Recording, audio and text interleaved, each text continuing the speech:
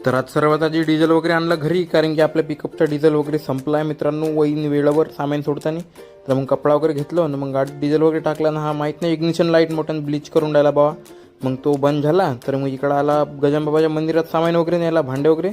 तर मग सामान वगैरे भरभार केला पटपट. मग गाडी वगैरे लोड करून सीधं निघालो घरसाठी. मग घरी आलो तर इकडं पनीरच्या भाजीला तडका वगैरे लावला पप्पाजीना ना. मग तडका वगैरे लावला, सोबत मी ऑर्डर साईडवर आलो. इकडं हळदीच्या कडे ऑर्डर होता, म्हणजे सकाळच्याच जेवण होता. तर नमस्कार मित्रांनो, मी तुमच्या मित्र असेल पुन्हा स्वागत करते का नाही ब्लॉगमध्ये.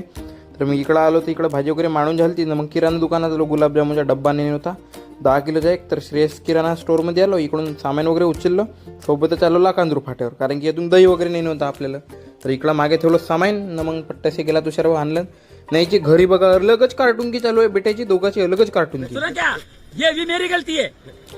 काही गलती नशी त्याची. मग इकडं आलो त्यासोबतच मग कट्टे वगैरे लोट केला 2 कांद्याचे. मग कांद्याचे कट्टे वगैरे धरून आला घरी. तर इकडं गुलाबजामुनच्या कंचा मारता चालू होते ना, मंचुरियनच्या सोबतच किसनाच चालू होता भळभळ डब्बे भरू. आणि मग इकडं गाडी वगैरे लोट केला सोबतच ना. मग इकडं आला आशीर्वाद लॉनमध्ये. इकडं होता साक्षीगंधाचा कार्यक्रम. तर मग इकडं स्टॉल वगैरे लावून पूर्ण ओके वगैरे केला. आणि तेवढं तर आपला भाऊ बघा एनी टाइम बाबूसोबत बोल, बाबू आज फ्रेंडशिप डे है, बाबू मान जाओ मेरी बात को यार. ते सोडा. मग इकडं यांचे कार्यक्रम वगैरे निपटत झाले. मग मानाची पंगत वगैरे मांडला आम्ही.